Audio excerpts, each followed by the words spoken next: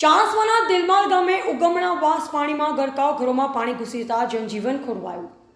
ચાણસ્મા પંથકમાં ગત સોમવારની રાત્રે પડેલ વરસાદના કારણે તાલુકાના દિલમાલ ગામે આવેલ ઉગમણા વાસમાં આવેલા રહેણાંક મકાનોમાં તથા ઢોર ઢાંકર બાંધવાના વાડાઓમાં પાણી ઘૂસી જતા જનજીવન અસ્તવ્યસ્ત થઈ ગયું હતું। જ્યારે આ બાબતે મીડિયા અસરગ્રસ્ત વિસ્તારમાં પહોંચી તંત્રને જાણ કરતા તંત્ર સ્થળ પર દોડી આવી પાણીનો નિકાલ કરવા કામે લાગ્યું હતું। ચાણસ્મા તાલુકાના દેલમાલ ગામની અંદર આવેલ ઉગમણા વાસમાં આજુબાજુના 3 જેટલા તળાવનો વરસાદના લીધે ઓવરફ્લો થતા પાણી આવતા ત્યાં આગળ રહેતા અંદાજિત 25 જેટલા પરિવારના રહેણાંક મકાનોમાં પાણી ઘૂસી જતા ઘરોમાં રહેલ ઘરવકરી પણ પલળી ગઈ હતી। તેમજ ઘરોના ચૂલા પણ પાણીમાં ગરકાવ થતા રાત્રે તથા દિવસભર રાંધવાની પણ મુશ્કેલી ઊભી થતા અસરગ્રસ્ત લોકોને દુકાનના પડીકા ખાઈને જ દિવસ વિતાવ્યો હતો।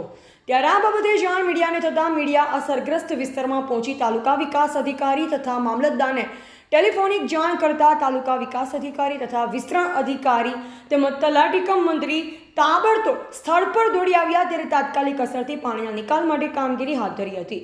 તાલુકા વિકાસ અધિકારી તથા વિસ્તરણ અધિકારી તેમજ તલાટી કમ મંત્રી સ્થળ પર આવી અસરગ્રસ્ત લોકોને પ્રાથમિક શાળાની અંદર જ્યાં સુધી પાણીનો નિકાલ ન થાય ત્યાં સુધી રહેવા તથા જમવાની વ્યવસ્થા કરી આપવા સમજાવ્યા હતા, છતાં રહીશો એકના બે ન થયા।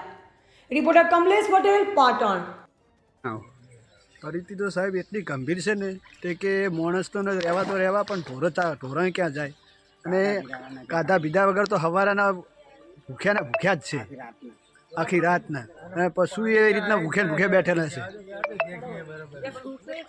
અને છોકરા નિશાળે કેવી રીતે જાય, બહુ પરિસ્થિતિ ગંભીર છે, અને પાણીનો વધતો જ જાય છે, અને નીકળવાનો માર્ગ છે પણ કોઈ તંત્ર માર્ગમાંથી પાણી નીકળવા માટે તૈયાર જ નથી।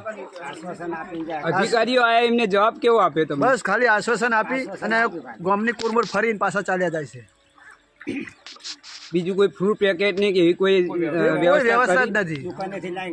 બસ દુકાને જે છૂટું છાણું લાવીને અને છોકરાને ચા પાણી નાસ્તો કરાયો।